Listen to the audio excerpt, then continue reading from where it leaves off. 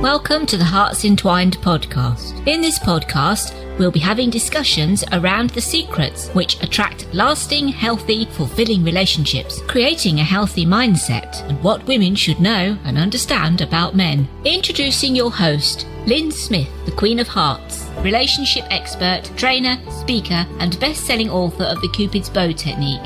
Lyn's mission is to have a positive impact in reducing divorce, domestic violence, and suicide.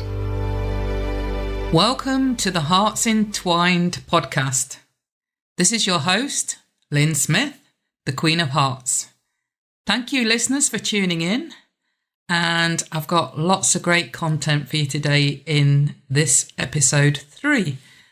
What I'm going to be discussing mainly are the 6 truths around why you don't have the relationship you want. I'm going to be going into quite a bit more depth around the first 2 to start with, and I'll probably end up covering a lot of the other stuff in future episodes. So the first truth about why you don't have the relationship you want.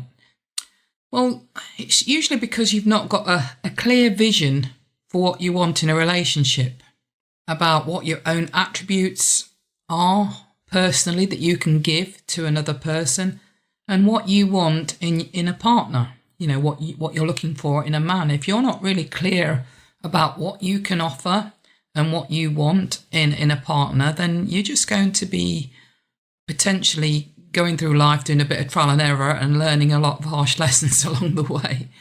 So it's quite important for you to get clear on what it is you want, and I'll be going into that in a little bit more detail as we go through the episode. So the second truth is that you're unaware that you might have some mindset or BS. And what I mean by BS is belief sabotage around men or relationships in general. And you haven't been shown an easy, powerful way that you can free yourself from those massively heavy beliefs that we carry around as negative baggage usually, don't we? So the third one is that you don't have much knowledge around how the masculine and feminine energy works. And I know I've covered this in the first couple of episodes and touched on it.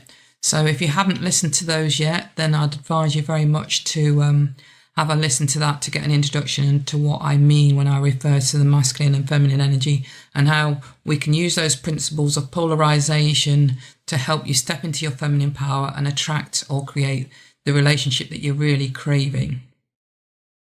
So, truth number 4.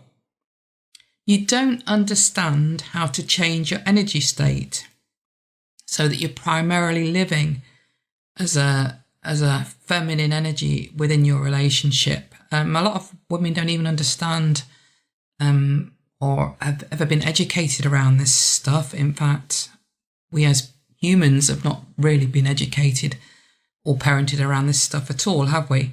So you're not really aware of how you're actually living day to day, and whether that's in a feminine energy state or whether it's not, or whether it's in a healthy feminine state or whether it's in an unhealthy feminine state. And again, I'll go on to talk about this more in future episodes. And number 5 is that you don't have a successful wise woman strategy or technique that's going to help you learn how to attract or create a healthy, fulfilling relationship. And I go into teaching a lot around, the basics around how we can really maximize our chances for creating and attracting a really healthy, fulfilling relationship in future episodes as well. And then lastly, number 6 is you're getting desperate or exhausted and wasting precious energy by investing in looking for the wrong solutions or the wrong opportunities of the moment, and you've found they've not really worked for you. And all this can make even the most persistent woman feel like they want to abandon hope. So the first thing then is looking at your vision. So when you think about what is it that you need to do to start you off on this journey of either attracting or creating, the relationship that you truly want? The first thing is to get clear about what it is you've got in your own personality, in your own who you are, traits. What are those strengths that you can offer somebody else? It's worth doing this as an exercise where you can actually make a note and write down what are your strengths that you can offer to another person within the context of the phenomenal relationship you want to create. And then secondly, look at what you want in an ideal partner. What is it that you want from the healthy male or masculine that you would like to attract? What are the deal breakers that you definitely don't want to attract in a partner? And make a list of that so you get really clear about the sort of person you want to attract, or the sort of person you want your current partner to be. If you're really clear on what that is, then there's ways of communicating that to create that healthier relationship if you've already got a partner and it's not quite at the peak or healthiness or fulfillment of where it could be, or where it has been in the past. So get pen and paper ready and start making a note of all those traits that you've got and all those traits that you'd like to attract in a partner. If you need to, pause this episode and get on that task right now so that you've got that in the bag and you've done it as an exercise. The next thing I'd like to talk about is your own self-care and well-being. Now, this is crucial in any relationship that you are hoping to attract or create in terms of the optimum levels that you'd like to have it operating at.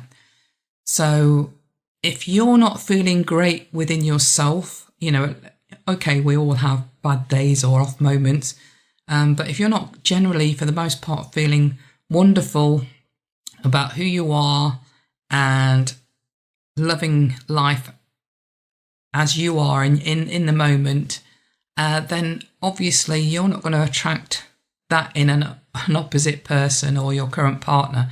So it's very important that we focus on our own well-being and take responsibility for that. It's not somebody else's responsibility to help you become happier.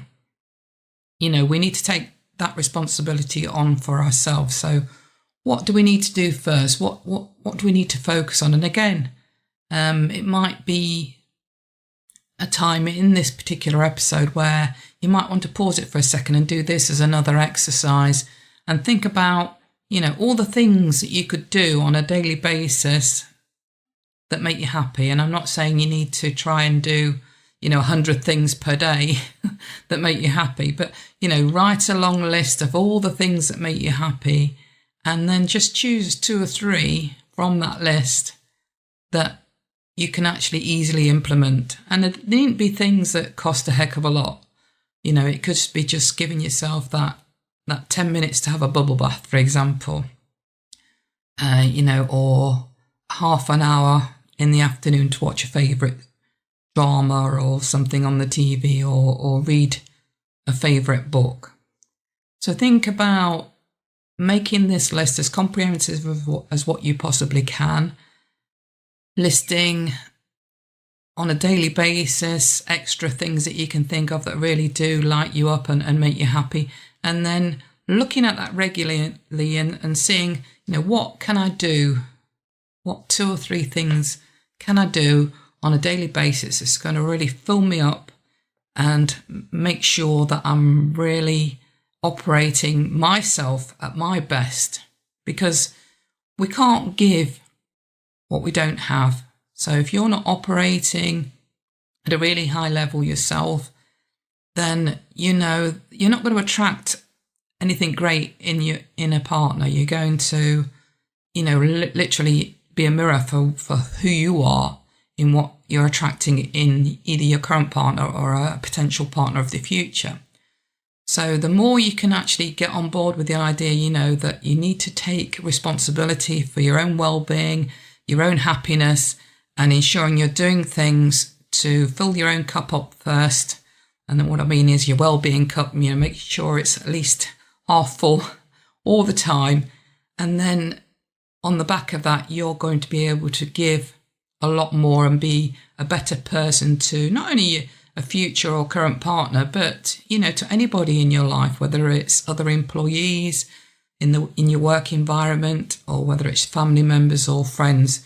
You can't be the best person for them if you're not looking after your own needs first. And quite often, I think, especially as women, we tend to think it's selfish to look after our own needs first, but actually it's selfless to look after your own needs first, because as I've just mentioned, if you're not looking after your own well-being and being the best you can be in terms of looking after your health and happiness, then you're not going to be that great person for anybody else you interact with throughout the day, whether it's a potential partner, your current partner, or anybody else for that matter.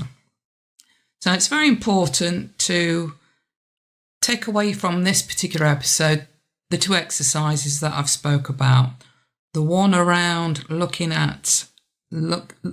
up yourself first and your own well-being and what things make you happy so you can start implementing those on a daily basis. And also getting really clear about what you want. What's your vision for having and attracting a great relationship? What are your strengths? What are you looking for in terms of strengths in a potential partner? And I'm not just thinking that you need to jot down physical traits. What I'm thinking of are more, those personality type traits. Forget about physically at this stage, because especially as women, we are more affected by how a man actually makes you feel. So I want you to become conscious about that.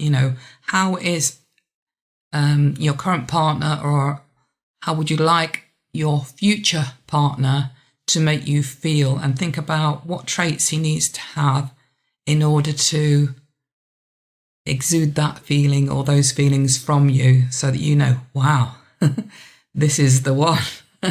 This is what I wanted, and this is what I've been craving all my adult life.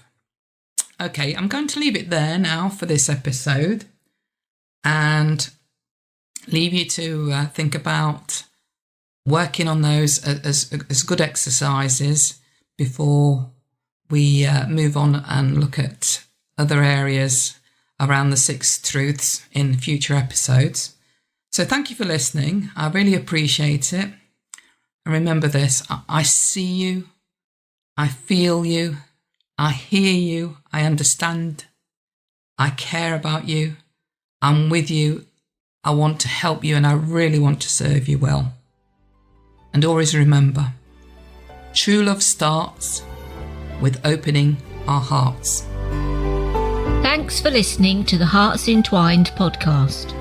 You can follow Lyn via the Facebook group 2 Hearts Entwined, or search Lyn Smith, inspirational speaker, at LinkedIn, or email lyn@hearts-entwined.com.